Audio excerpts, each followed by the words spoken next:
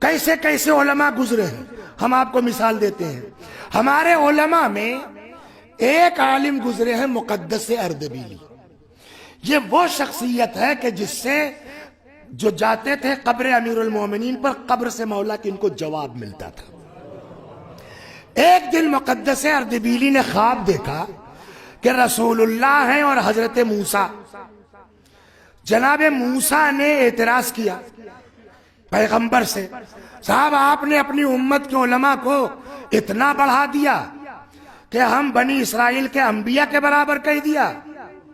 پیغمبر نے فرمایا ایک عالم ہمارے یہاں کا ہے، بات کر لیجئے، آپ سمجھ میں آ جائے گا ہاتھ کنگن کو عرصی کیا ہے۔ جناب موسیٰ نے کہا مقدس سے، کیا نام ہے آپ کا؟ جناب مقدس اردبیلی نے کہا صاحب میرا نام احمد ہے، میرے والد کا نام ابو ذر ہے، میں اردبیل کا رہنے والا ہوں اور فلاں محلے میں میرا مکان ہے۔ موسیٰ کہنے لگا ارے ارے ارے ارے بھائی صاحب، ہم نے آپ سے آپ کا نام پوچھا تھا، ایڈریس تھوڑی پوچھا تھا۔ مقدس نے کہا آپ تو اعتراض نہیں کر سکتے۔ کیا مطلب؟ کہ اللہ نے بھی تو آپ سے صرف اتنا پوچھا تھا، موسیٰ تمہارے ہاتھ میں کیا ہے؟ اس لیے میں نے گھمایا تھا اس کو۔ تو آپ کہہ دیتے عصا ہے، ڈنڈا ہے، سوٹا ہے، بس یہ اتنی لمبی چوڑی تقریر، عصا ہے، تکیہ کرتا ہوں، پتے توڑتا ہوں، بھیڑیں ہکاتا ہوں۔ کہنے لگے یار نہیں سمجھے تم، میں اللہ سے بات کر رہا تھا، جتنی دیر خدا سے بات کروں گا اتنا ہی میرے لیے شرف ہے۔ کہ تو آپ کیوں بھول رہے ہیں، میں کلیم اللہ سے بات کر رہا ہوں۔ ایسے ایسے علماء گزرے ہیں۔ اسی بنیاد پر فخر الدین رازی کا تیسرا قول یہ ہے کہ مراد کوثر سے، بولیے قمبر صاحب، علماء، اور یہاں تو آ کر کے اور جوش دکھلایا، وَلَا عَمْرِی، میری جان کی قسم، یہ تو بہت بڑا خیر ہے۔ نہیں دیکھتے امت میں اللہ نے پیغمبر کی کیسے کیسے علماء پیدا کیے۔ میں نے کہا بہت اچھی بات سمجھ میں آتی ہے۔ اب چوتھا قول اور اسی پر مجلس، بہت تیزی سے میں آ گیا۔ وَقِيلَ أَوْلَادُهُ، چوتھا قول یہ ہے کہ کوثر سے مراد اولاد پیغمبر ہے۔ آنکھ بند کر کے مت مانیے۔ فخر الدین صاحب، آپ نے کہا نہر، دلیل دی، آپ نے کہا حوض، آپ نے دلیل پیش کی، آپ نے کہا علماء، آپ نے حدیث پیش کی۔ یہ کہاں سے کہہ دیا آپ نے کہ کوثر سے مراد اولاد پیغمبر ہے؟ قمبر صاحب برا نہ مانیے، اس کو ادروائز مت لیجئے، تو ایک سوال آپ سے کروں، مکے میں رسول اللہ کے کتنی بیویاں تھیں؟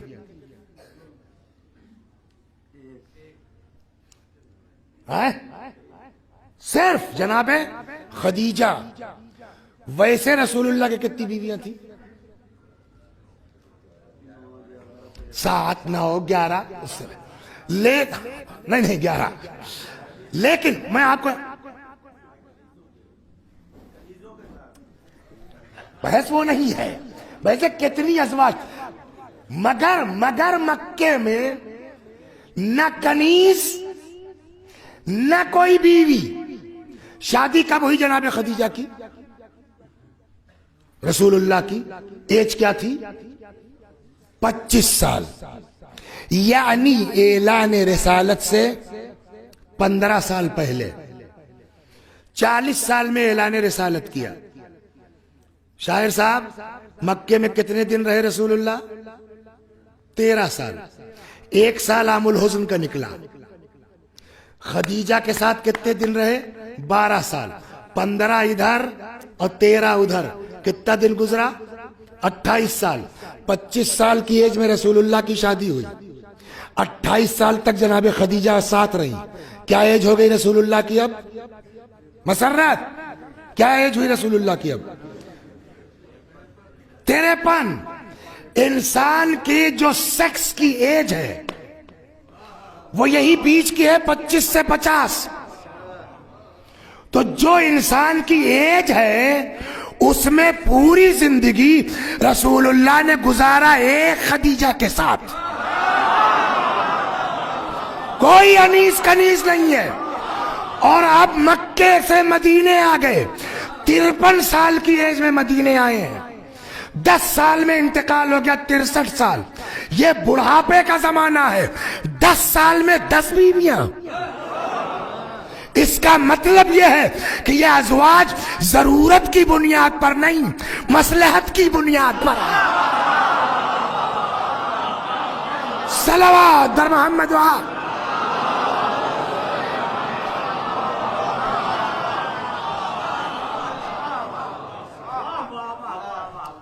وہ جو پیچھے میں پہچان نہیں رہا ہوں، دور بہت ہے، وہ لڑکا وہاں سے یوں ہاتھ کا اشارہ دیکھ رہا ہوں، ان کا مطلب یہ ہے کہ آپ مومنین سے کہیے ذرا ذرا سا آگے آ جائیں. تو یہاں تو گنجائش مشکل ہے، بیچ میں ہو تھوڑا تھوڑا آپ حضرات آگے تشریف لے آئیے.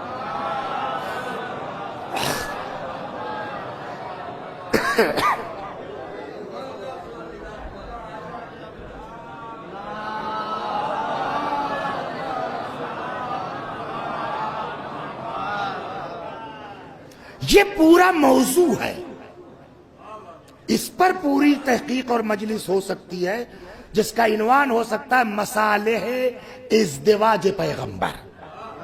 یہ پورا موضوع ہے. مصلحتیں تو آپ بھی سمجھتے ہیں، یہ بہت بدماشی کرتے ہیں یار، سمجھیا نہ کر لو ٹھیک ہو جائیں گے. ایک مصلحت یہ بھی ہو سکتی ہے کہ اس کے بعد ان کی بدماشیاں کم ہو جائیں گے، کچھ تو لحاظ. صلوات بر محمد واہ.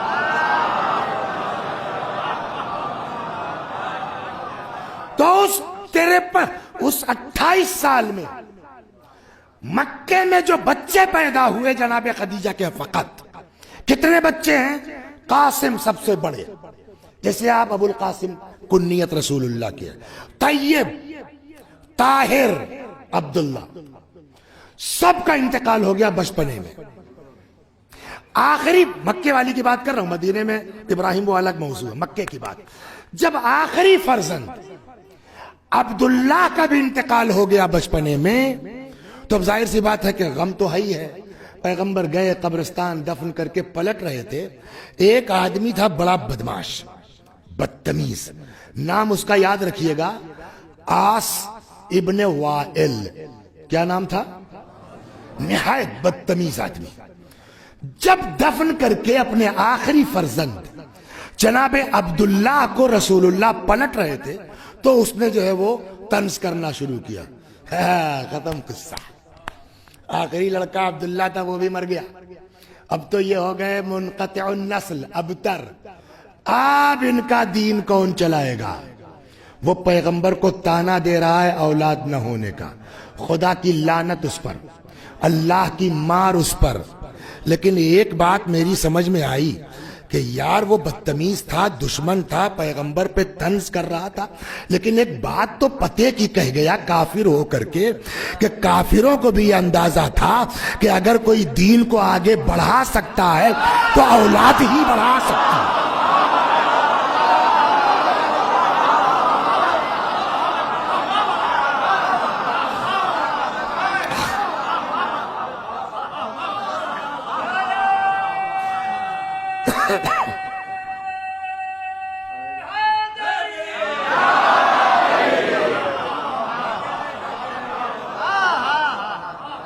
اولاد ہی بڑھا سکتی، ساتھیوں کے بس کی بات نہیں ہے. تو اب ظاہر سے اس نے طنز کیا نا، حضرت کو اذیت ہوگی کہ نہیں ہوگی، تکلیف ہوگی کہ نہیں ہوگی.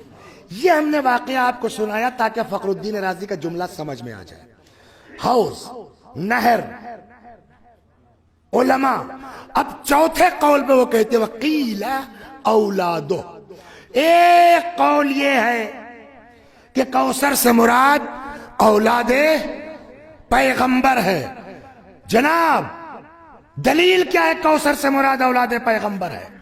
اس واقعے کو ذہن میں رکھتے ہوئے اب عین جملہ تفسیر کبیر کا میں نقل کر رہا ہوں، فخر الدین رازی کا. وہ کہتے اس لیے کہ انما نزلت هذه السورة ردا على من آبه علیہ السلام بعدم الاولاد. اس لیے کہ یہ سورہ نازل ہوا ہے اس آدمی کے جواب میں جس نے پیغمبر کو اولاد نہ ہونے کا طعنہ دیا تھا. تو عقل سے بتائیے کہ جب بے اولادی کے طعنے میں کوثر آیا ہے تو کوثر کا کیا مطلب نکلے گا؟ سیدھی سی بات. یہ ہو گیا قول فخر الدین رازی کا. اب آئیے اپنے علماء میں, بہت لمبا نہیں جاؤں گا, آگے مجھ کو کچھ دیر پڑھنا ہے. اپنے علماء میں ایک بزرگ ہیں آیت اللہ کمال الحیدری. بحث تو انہوں نے بھی کی, لاسٹ میں کہتے ہیں کہ یار گھنٹے بھر کی بحث سے کوئی فائدہ ہی نہیں ہے, عقل کے ناخون لو, پہلی آیت آخری آیت کو ملا کے پڑھو, سمجھ میں آ جائے گا. پہلی آیت کیا ہے؟ انا اعطیناک الکوثر, ہم نے آپ کو خیر کثیر دیا. کیا مراد اس سے؟ کہ آخری آیت پڑھو, ان شانیہ کا هو الابتر, اور نسل تو آپ کے دشمن کی نہیں چلے گی. اس کا کیا مطلب ہے؟ اس میں بحث کی ضرورت ہے, اقوال بیان کرنے کی ضرورت ہے. آپ کو کثرت دی اور آپ کا دشمن بے اولادا, یہ کثرت کا کیا مطلب ہوگا؟ ایک نقطہ اور سن لیجیے, میرا نہیں, وہ بھی فخر الدین رازی کا ہے. صلوات بر محمد.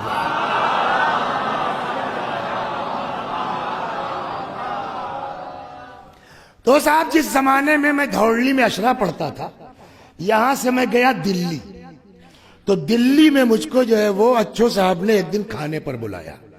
تب تک مجھ کو یہ بھی نہیں معلوم تھا کہ پچھم میں جو ہے چاول پہلے کھائے جاتے ہیں, روٹی بعد میں. ہاں تب تک نہیں معلوم تھا, بالکل نیا نیا, 98-99 کی بات. بریانی آ گئی. ہم لوگ لکھنؤ کے پوری شادیاں بریانیوں پہ ہو جاتی ہیں, تو میں سمجھا یہی ہے, بہت داب کے کھا گیا میں.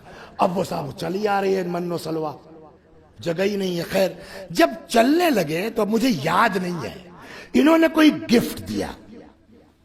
وہ مجھ کو چونکہ گفٹ یاد نہیں ہے, گڑھ لیتا ہوں, ایک قبا کا کپڑا دے دیا. خیریت تو اچھو صاحب یہ کیا ہے؟ عطیہ ہے. انا اعطیناک, ہم نے عطا کیا آپ کو, آپ مولا کے ذاکر رکھیے, ممبر پہ بیٹھیے گا, ثواب ملے گا. یہ عطیہ ہے, اس کا کوئی عوض نہیں ہے. ایک دن صاحب جو ہے وہ انہوں نے کہا کہ وہ مولوی صاحب یہ قبا کا کپڑا لے لیجیے. میں نے خیریت تو کہنے لگا آپ آ ہی گئے دلی, تو شام کو جو ہے وہ ابا کی مجلس پڑھ دیجیے.